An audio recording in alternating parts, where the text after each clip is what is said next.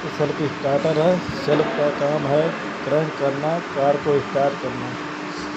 अगर डीजल गाड़ी में सेल्फ में नॉइज हो तो लुब्रिकेशन द्वारा रिजॉल्व कर सकते हैं। स्टार्ट करो अंकित, स्टार्ट कर।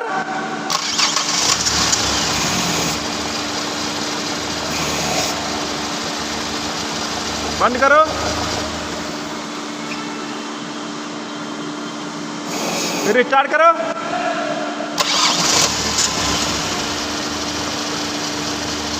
बंद करो।